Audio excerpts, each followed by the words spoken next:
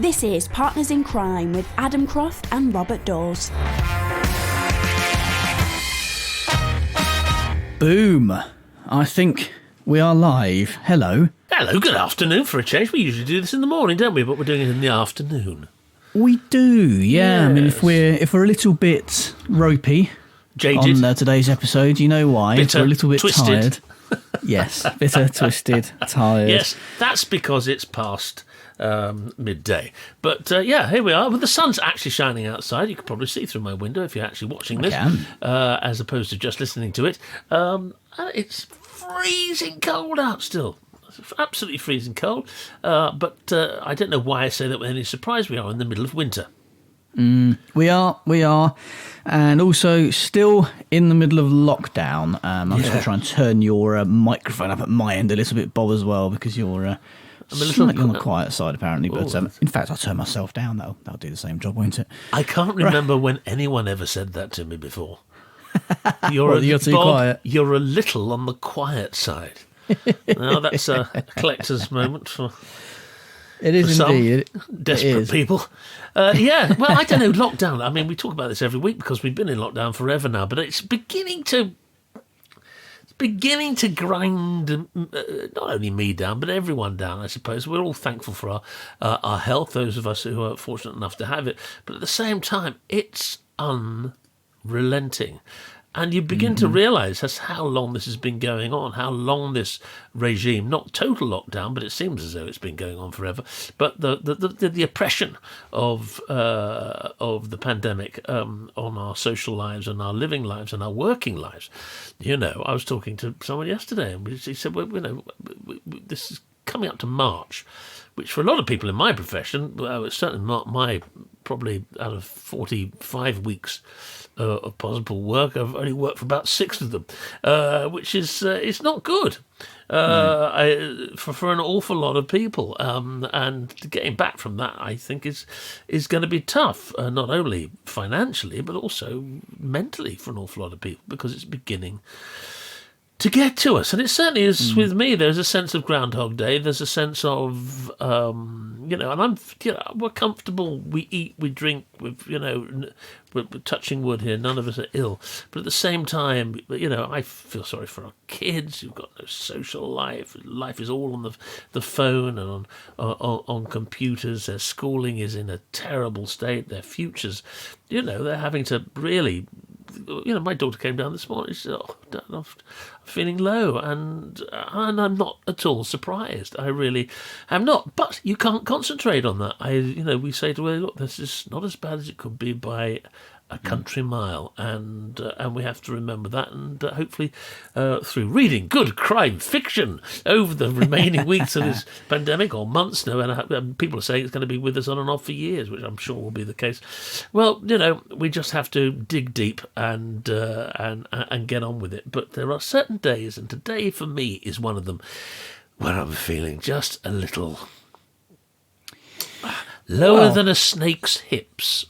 I think I've never heard that one before. I'm feeling lower than a snake's hips. That's a new one for me. But yes, I know what you mean. It has been a struggle at times, but even things like this, it reminds you, doesn't it, when we had to come on here on a video call with each other and do it kind of over the internet rather than having you sat beside here in my well, I was going to say garage. It's not a garage; it's an actual room now. And a very fine room it is.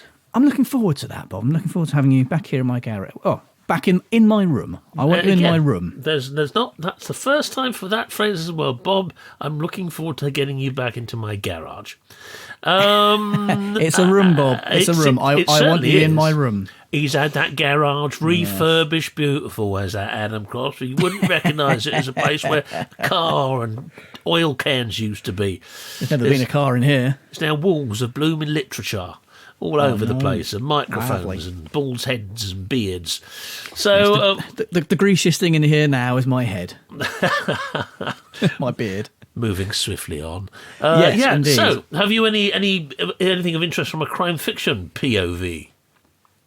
One or two things. It's been a fairly quiet week, I'll be honest, but I do want to say hello to our newest patron who has joined us in the last week. Hello to Karina Gallagher, who is a super fan of mine, actually. She pops up quite a lot in my Facebook group and various other bits and bobs. So lovely to have you here on Partners in Crime as well. Hello, Karina. It's always lovely to have one of Adam's fans on board.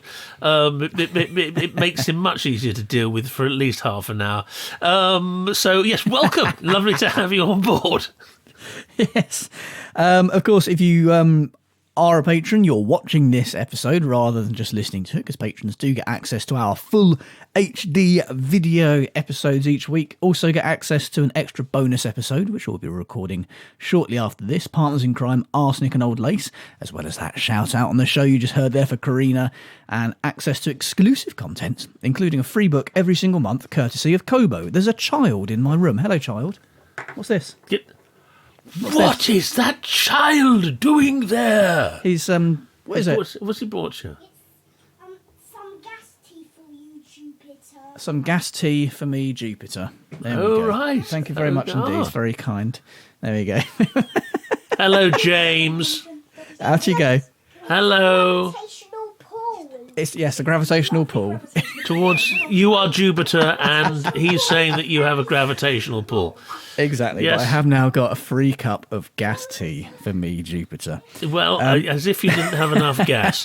That's very nice. There you go. Prime example. You didn't see that, did you? If you're not a patron, you didn't see my son just coming in to give me a cup of plastic tea. It's a prime example of exactly why you should head over to patreon.com/Partners in Crime podcast, or check out the link in the show notes. There we go. That's it. And the car chase comes later. Perfectly planned, that, wasn't it? Perfectly planned. Well, it didn't look it to me. Looked like utter chaos. But anyway, Yes. It's very nice. Why do you insist on your son calling you Jupiter? God of what? Everything. In no, Roman- he's being planets at the moment. He's obsessed with space and the solar system, and he's decided that the planets are characters and we're being them. So he is, I think he's Earth. No, he's Venus today. Mummy's Earth and I'm Jupiter. And as I'm half a mile up the road, I must be Pluto. Not that it's a planet anymore. Yes, I relegated to dwarf planet now. Yeah, well, your son you go. told me that months ago. I said, I'll be Pluto. He said, no, you're not a planet. I went, okay, there we go. He knows his onions, that James Croft. Right, back to the plot. Nervous laughter over. Have you been reading at all this week, Bob, or has it been a bit of a writing week? Yeah, I have been for you? reading, but I've also been watching. Actually, I'm going to dive in with the watch before I get into the book recommendation. I have watched Marcella 3, Series 3 of Marcella. And I'll tell you what it is if you don't already know. It's Marcella is a British Nordic noir detective series written and directed and produced by Swedish screenwriter Hans Rosenfeldt, creator of The Bridge. Now, I didn't know that till this morning, and that makes a lot of sense if you've actually seen it. The series is produced by Buccaneer Media for ITV and distributed worldwide by Buccaneer's parent company, Cinefix, blah, blah, blah, blah, blah, blah. The series stars Anna Friel as Marcella Backlund, a former London detective who returns to work to investigate an open case from 11 years earlier involving an unidentified serial killer. Right, so that's series 1, which I did see, I have to say, when it came out, was it 2016? And I have to say, I thought that was very good, very high production values, very good acting, or whatever. But it didn't float my boat particularly. So I was sort of not really looking forward to watching this when Amy said, "Oh, look, I've just seen the first 20 minutes and it looks really good. Why don't we watch it?" Well, I have watched it, and I've watched all the episodes now of Series 3, and it's a humdinger. I mean, it really is. It's also daft as a brush at times, which is not a comment on the main character's mental state, although that is she suffers from something I think called a dissociative identity disorder, which must be in the schizophrenia family, I would have thought. Anyway, this series is, I'll tell you what it is, the third instalment of a brand new format, which Friel says newcomers can enjoy as a standalone series. And I concur with that before watching seasons 1 and 2. It's not as complex as the other two. Well, you could have fooled me. And the structure has changed because it's not a whodunit. It's more about how am I going to bring down this family. It's quite haunting, she said. Now, this is from an article by Naomi Gordon in the Radio Times. There's also a new cast, including the aforementioned Silent Witness. Who else is in it? Kelly Goff and Michael Colgan, who plays a terrific part of an OCD weird, very weird character. Paul Kennedy and many others. It's set in Northern Ireland. She's gone undercover in Northern Ireland to infiltrate the ruthless, absolutely ruthless, viciously violent Maguire family, whose matriarch is played by Amanda Burton, and the character's name is Catherine Maguire, who has 2 sons and a daughter, and they run people smuggling, they run drugs, they run all sorts of very unpleasant things, and along the way there's lots of death and mayhem. But joining us all together is this extraordinarily fine performance by Frail, who plays this detective who is suffering from a form of schizophrenia. She thinks she believes she's someone else, and she's actually not. And the story pans out a bit like, now I come to think of it, Hans Rosenfeld's character in The Bridge, the leading detective there, who had clear mental health problems. But these ones in Marcella make The Bridge look like a walk in the park. It's very gripping. The mad scenes, of which there are many, are very well done, although, to my opinion, started to wear a little thin towards the end. And my only criticism was that after 7 episodes, the final episode, episode 8, sort of wrapped it up a bit quickly. It's as if they had an awful lot to get through, and there was a big leap between episode 7 and episode 8, which you had to sort of just stop for a second and take it in and trust, because you weren't shown how it had fully come about. You just had to assume. And as most police detectives in most novels say, I don't like assumptions. But anyway, you get over that very quickly. And it's very neatly tied up, very satisfyingly tied up, but it is utterly brutal. It's like a modern-day end of a Jacobean tragedy to some degree, and that's not giving too much away. But would I recommend it to partners in crime listeners and viewers of their television sets? And yes, I would, and I would watch it as a standalone. If you haven't watched the first 2, you can pick it up very easily. It's very clear. The performances are, absolutely spot on. Ray Pantaki comes back in series 3, and all the supporting casts are absolutely terrific. The locations in Northern Ireland are very good. It's very well directed, as I said earlier, very high production standards, and it's a real thrilling ride if you don't mind occasional bits of daftness. And as I say, it's good TV. It's perfect for a lockdown evening. Get through all 8 of them. You'll whisk through, and I don't think you'll be disappointed. And if you are, well, the option is always to turn the thing off. The television, that is. He says in a Southern Irish accent, not a Northern one. Right, there we go. That's Marcella, number 3. And that's so not a hearty recommendation, but worth the watch. Yeah, well, I would say it's a hearty recommendation because there's so much in it. It can afford its moments of not making absolute sense and slight moments of indulgence, because there's plenty left on the table for you to enjoy. So yeah, it's not. I've seen it. I've thoroughly enjoyed it. I think it's one of the best things on at the moment, anyway. Excellent. Well, talking about indulgence, Renée Zellweger is to star in an NBC true crime limited series, The Thing About Pam. This is on Deadline.com. See, Bob, we're catering to our growing US audience, aren't we? Here we are. I hope so. NBC. It's lovely to know that they're listening. Yes. I mean, mind you, they've got a busy day today. What with the impeachment proceeding, if anyone's watching over there, which I'm sure actually probably millions of people are, because it is such a landmark thing. And so it'll be interesting to see how that goes, although everyone seems to tell us that they know already. Whoa. Bring that up again in a little bit, because Okay. you're going to ruin a segue for me. Right. Bring him up again in a bit. Okay, that's beautifully put. I'm going to bring Trump up. Yes, do that.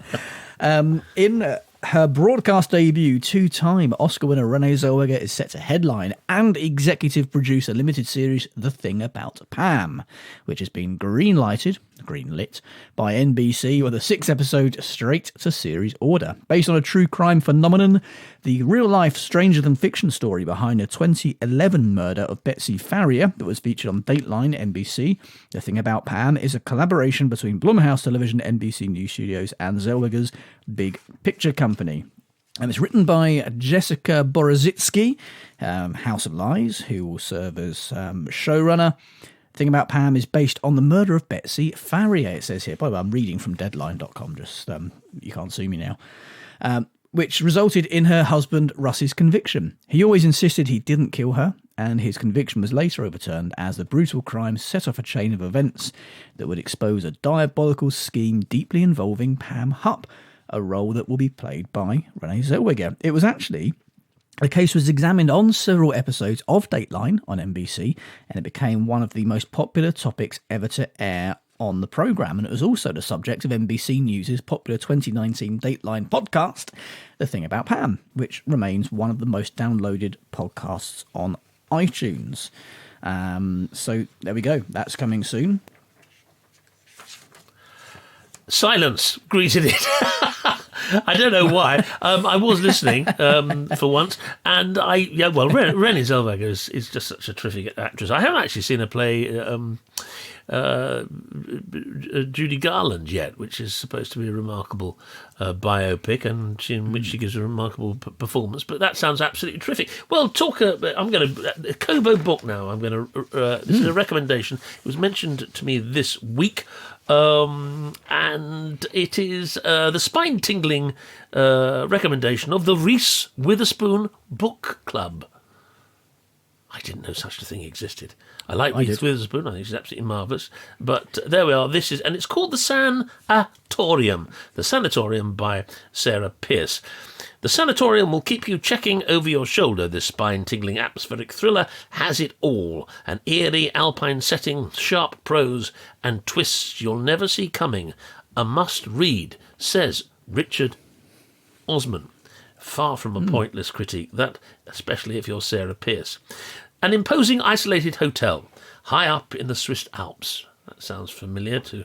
Well, not in the Swiss... Yes, where is The Shining set? That's... in the Catskills, isn't it? I think. But anyway, I thought it was a hotel. It is a hotel. I know. The Shining's not an actual. It's not called. It's not called. What do they call it now? It was meant to be a joke. Oh, it was meant to be a joke. Yes. Yeah. I'm so used to taking you so desperately seriously. I mean, you command that sort of thing as Jupiter. Anyway, back to this little plot. An imposing, isolated hotel high up in the Swiss Alps is the last place Ellen Warner wants to be. Well, sounds quite nice to me. But she's taken time off from her job as a detective, so when she receives an invitation out of the blue to celebrate her estranged brother's recent engagement, she has no choice but to accept. Arriving in the midst of a threatening storm, Ellen immediately feels on edge. Though it's beautiful, something about the hotel, recently converted from an abandoned sanatorium, makes her nervous, as does her brother Isaac, who looks just like a young Jack Nicholson. No, I just made that little bit up. And when they wake the following morning to discover his fiancée, Laura, has vanished without a trace, Ellen's unease grows. With a storm cutting off access to and from the hotel, the longer Laura stays missing, the more the remaining guests start to panic. But no one has realised that yet another woman has gone missing, and she's the only one who could have warned them just how much danger they're all in. The Sanatorium is an absolutely splendid gothic thriller, says A.J. Finn. The Stylist magazine says an addictive, creepy and twisting read. Well, it sounds terrific. I mean, nothing overly original in the synopsis there, but it's what you do with it, isn't it? I mean, it's the classic turning up on the island, and the mists and the tides come in, and no one can get off, and who's murdered the colonel? It's that sort of thing, but it's been hugely recommended. And if Mr. Osmond says it's good, then who am I to argue with that? So that's a recommendation. It is available from a certain company at a very reasonable price, which my learned colleague, will inform you of in a second. So that's The Sanatorium by Sarah Pearse. The Sanatorium by Sarah Pearse. There we go. And as Bob was saying, we heartily recommend you get it from one particular place, because Partners in Crime is gratefully sponsored by Kobo, one of the world's largest ebook retailers. As a listener to Partners in Crime, you can get a massive 90% off your first ebook purchase from them. You don't need an e-reader or a special device. They're very good though, so please do. You can read on your phone or tablet if you wish. Head over to kobo.com, enter the promo code CRIME at the checkout for 90% off your first purchase. And if you've already done that, panic ye not, because you can enter the promo code PARTNERS if you go through the link in our show notes and get 40% off of selected ebook purchases for life. Boom. There we go. Yes, excellent. I just dropped the mic there for those who are listening to this and not seeing it. Yeah, well, that's absolutely fantastic. So there's some good things. There's so much to watch and see, and I'm trying to get down and write this new book, which, as I said to you earlier, isn't the one I'm supposed to be writing, but I'm writing it anyway. So, yeah, and I don't know why I can't quite muster up the... I was great last week, but this week I seem to have just sort of slightly gone off the track. So I need to pull myself together. Pull yourself together, Daws. Pull yourself together, go out for a brisk walk, come back and start afresh. I'll look forward to that. You're on form as far as I'm concerned, Well, so I'm perfectly happy. Thank you, Jupiter. Now, I should bow before I say that. You should, yes. Jupiter, the god of crime. Did you want to just maybe briefly mention a former president at all? Maybe? Oh, yes. I know. It's funny you should say that, because, I mean, I bet, knowing you as well as I do, that you'll segue off the back of this. But anyway, I'm going to throw it up there. Ex-President Trump is actually starting to be impeached today in the Senate. Whoa. I knew it. I've got a segue. Yes. There's an article in the Sydney Morning Herald recently by Michael Ruffles, who interviewed Michael Brissenden, Australian crime writer, and it's to promote Dead Letters, his new book, which I understand is very good. But it's talking about, it goes into politics, for example, in the interview, and it says here, when talking of crime and politics, there's one name that cannot be avoided. The day we meet is also the last day in office for one Donald John Trump. Brissenden says, well, isn't politics unhinged? It's amazing. And apparently it's not all bad for fiction writers, because he says maybe before Donald Trump, people might have thought, well, you can't really say that. That's too fantastic. Surely that couldn't happen. And he goes on to say crime writers have license to address politics in a way that's much more free and real than the constraints of journalism allow. He says a lot of crime writers have been stepping up to this moment. It's like they're stepping up to the social responsibility of actually sort of commenting on and contextualising politics in a way. He cites Don Winslow and Walter Mosley as examples, it says here in the Sydney Morning Herald, later adding readers can learn much about the culture of modern America through its crime fiction. And the same can be said of its Australian equivalent, which is enjoying a moment in the zeitgeist, largely driven by bush noir. There you go, there's a word for you, Bob. Think Jane Harper's The Dry or Chris Hammer's Scrap I think it meant President Bush Noir. Yeah, good grief. Well, Dead Letters is out now by Michael Brissenden, so that's the Dead the Letters. summary of the article. Thank you, Sydney Herald. for that. Yeah, it's interesting. Well, I don't really touch on politics in my books, and I don't think you do really. It's a very specialised area, but anyone who can actually pull that off within the genre gets my respect. I have to say. But all those old, I mean, the television used to be full of those. I mean, look at 24, for instance, and films with Clint Eastwood and various other things, attacks on the president and high office and all that sort. All that stopped because all that fantasy, all that sort of high thriller shenanigans is sort of just. I mean, no one really wants to watch it when they can actually watch Trump. Although I have to say, I think I mentioned it last week. I'm suffering from Trump withdrawal symptoms, which just it's like coming. The drama's gone out of it, isn't it? It's like coming off, I should imagine, a very bad drug, and and you sit there and you go, and you look at the television and there's Bill Maher, and they don't quite know what to say anymore. Late night humour on they're going, you realise that Trump may have been a horror story in so many respects, but he wasn't as regards the media and entertainment, because he was pretty much the sole subject for comedy and debate for the entire 4 years that he was in the White House. So I'm sure we will win ourselves off him, but it's taking a long time.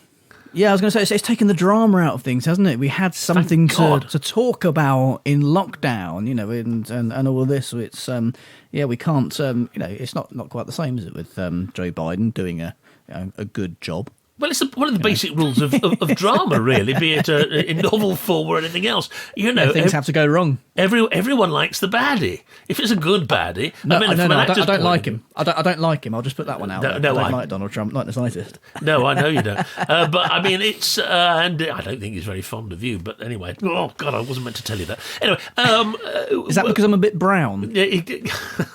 Might that be why? Swarthy with beard. I don't know. You look like sort of a desert island pirate. Anyway, so I can see that might be picked up on. What was I going to say? Yeah, well, from an acting point of view, I mean, you always want to play the baddie. If it's a good baddie, well-written baddie, you always want to play the baddie over the goodie. Playing goodies is really, really, really, really difficult. I mean, being honourable and noble, and I can remember a conversation ages ago when I was doing Poldark with Aidan, who's playing Poldark, and hang on. Let me find it. Name drop alert. Oh. Name drop alert. Name drop alert. Name drop alert. Anyway, Sybil Smith-Jenkins said to me, anyway, the conversation went around to whatever, and there was lots of glorious baddies in that particular show, and he said, it can be tough doing the right thing, scene after scene after scene after scene. And I understood he did it brilliantly, but I understood what he meant. So there we are. We're missing. We like a good baddie, do we not? We do, yes. So we are missing that drama. It has kind of not made lockdown more bearable, but it's given us something to do and to talk about, hasn't it? But well, anyway, if you're alone and you need a friend, you've got the Partners in Crime. Yes. And that's not an idle threat, let me tell you. No, it's true. We are here. We're here every week. It keeps us vaguely sane. Probably annoys the hell out of lots of other people, but it's really nice. And there's a real sense now of a Partners in Crime family. On people getting in contact via tweets and Facebook and emails and various other things, and it's all. Sometimes you're just sitting here blathering away with your learned colleague, and you just think, well, I'm not doing this in absolute isolation. But apparently, we're not listening to the looking at the ratings. Back to Trump again. The ratings are really the ratings of amazing. The podcast, which is lovely. So people are obviously listening, and we're very grateful for that. So please don't stop, and maybe tell a friend or tell an enemy. It depends how you feel about us. Yes. So I've got any more recommendations now, not until we move on to Arsenic and Old Lace. No, I was going to say, while we're talking about our wonderful listeners, those of you who are in the Patreon group. Yes, we're going to go and do Arsenic and Old Lace now, so everybody get on down to Patreon for that, and keep your eyes open for that landing very, very shortly. For the rest of you, you should join. It's really rather very good. Well, like you say, have you joined? Me?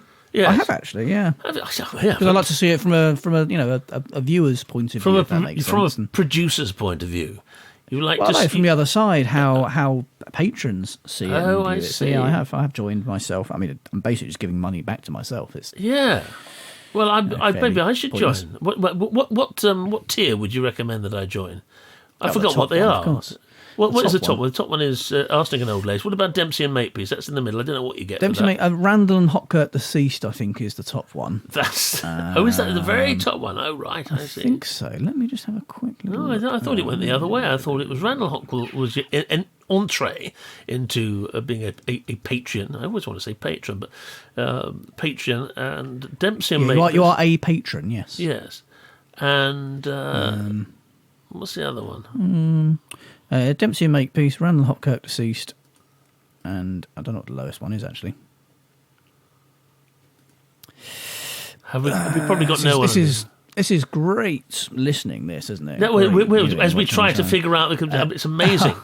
It's Chuckle Brothers. I've got an excuse. I haven't joined yet. You haven't. You've joined. You should be watching this. You should be all over this, Adam Croft. It's Chuckle Brothers. It's Chuckle Brothers time. That's the lowest one. It's Chuckle Brothers. Chuckle Brothers. Yeah. That always surprised me, that. Chuckle Brothers. Yeah, okay. Yeah. I bet we haven't got any Chuckle Brothers.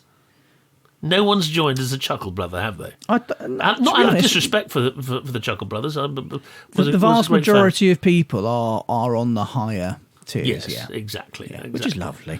Well, okay. Well, hopefully we'll have a garden party sometime when this terrible, terrible pandemic has eased somewhat, and invite everyone, even Chuckle Brothers, to come along and have a chat. It'd be lovely to meet people in the flesh at long last.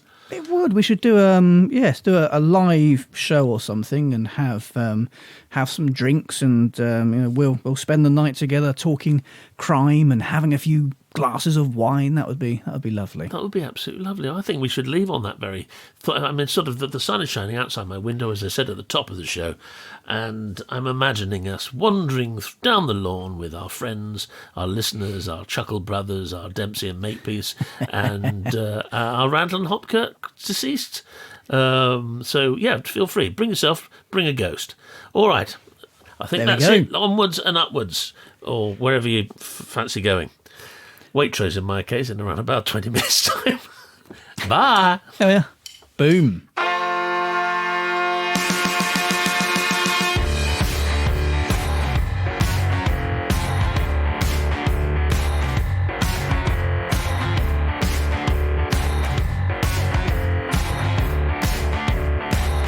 Partners in Crime was presented by Adam Croft and Robert Daws and produced by Adam Croft. The theme tune was by the Caesareans. The Partners in Crime logo and imagery were designed by Stuart Beisch. Partners in Crime is sponsored by Kobo, your favourite local bookshop, perfected.